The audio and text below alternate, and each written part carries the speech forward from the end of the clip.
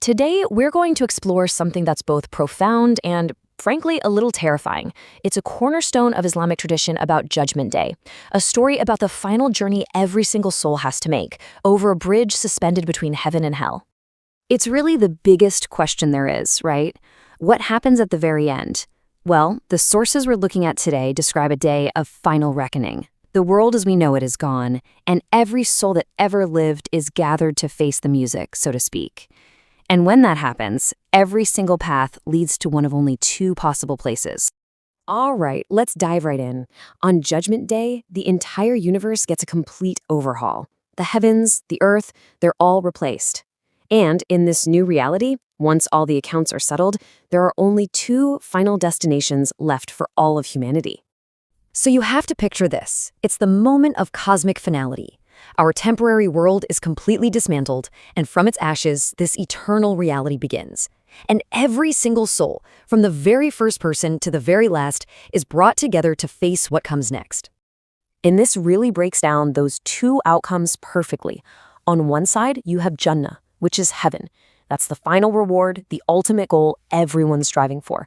And on the other, you have Jahannam, or hell, the final punishment, the abyss that everyone hopes to avoid. It's a very stark, absolute choice. But here's the thing.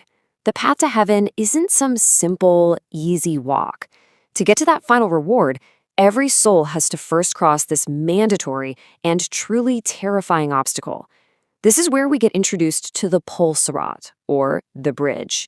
So what is it exactly? Well, the sirat is a bridge that is stretched directly over the raging fires of hell itself, and it's the one and only path that leads to the gates of heaven. There's literally no other way to get there. And let's be really clear about this. There are no detours here, no shortcuts, no back doors, no way around it. Crossing this bridge is a non-negotiable part of the journey for every single soul. It is the only path forward. So you might be wondering, what is this bridge actually like? The descriptions handed down through tradition are incredibly vivid, and they're really meant to show you just how unbelievably difficult this crossing is. Just try to wrap your head around this comparison. The path is described as being thinner than a single strand of human hair, but at the same time, it's also sharper than the edge of a sword. Can you imagine the kind of focus and balance it would take to even attempt one step?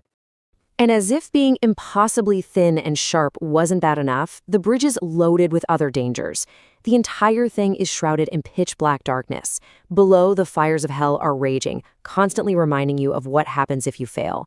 The path itself is covered in sharp thorns and lined with hooks that are designed to catch your feet as you try to cross. So, how does this whole journey play out? Well, a really key detail is that not everyone has the same experience. The crossing is totally personal, and it's determined entirely by the life you lived back on Earth. This chart lays it out perfectly. There's a direct link between a person's good deeds and how fast and steady their crossing is. For people who are righteous, the journey is quick and stable. Some are said to cross in the blink of an eye. But for those who are sinful, the journey is slow, unsteady, and difficult. And why is that? Well, according to the tradition, sins act like a physical weight, a heavy burden that the soul literally has to carry on its back. And that weight just slows you down, making every single dangerous step even harder. And the stakes here, well, they couldn't possibly be higher. The balance is impossible, the path is sharp, the burden of sins is heavy. So for anyone whose foot slips, for anyone who can't make it all the way across, the consequence is immediate and it's final. They fall from the bridge straight into the abyss of hell burning below. But in the middle of all this unimaginable terror, there is also this profound element of mercy and hope. The journey isn't without a guiding light, and you can see that in what's waiting on the other side for those who make it. According to the source, for his followers, the Prophet Muhammad himself will be waiting right at the very end of the bridge. He'll be standing at the gates of heaven, ready to welcome those who successfully finished that harrowing journey. And while his community is making that terrifying crossing, he won't just be a bystander. He'll be actively praying for them, calling out this phrase, Ya Nabi Salam, which means, O Prophet, grant peace. His prayer acts like a beacon of hope in all that overwhelming darkness. Now, to give you a sense of just how intense this whole experience is, the sources highlight that on the Day of Judgment, there are 3 specific moments that are so overwhelming, a person will forget everyone they ever knew. their mother, their father, their kids, everyone. And here they are. The first is the moment your deeds are weighed on the scales of justice. The second is when the book detailing your entire life is handed to you. And the third, of course, is the moment you have to cross the pole sirat. It's a moment of absolute solitary focus, where nothing else in the universe matters except your own salvation. So after hearing all that, what's the big takeaway? What's the lesson in this incredible story for us, right here and now? Well, this whole concept isn't just about the afterlife. It's also a powerful metaphor for how we live our lives today. The core moral, taken right from the source, is a simple but really powerful call to action. Stay firm on the truth. It suggests that the way you navigate the challenges and temptations of this world is basically practice for navigating that final treacherous bridge. In other words, the path you decide to walk today directly shapes the path you'll be forced to walk tomorrow.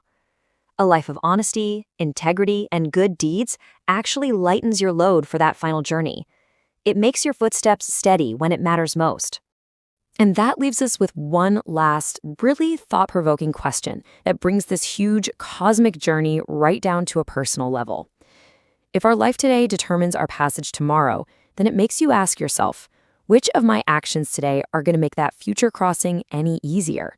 It's definitely a question worth thinking about.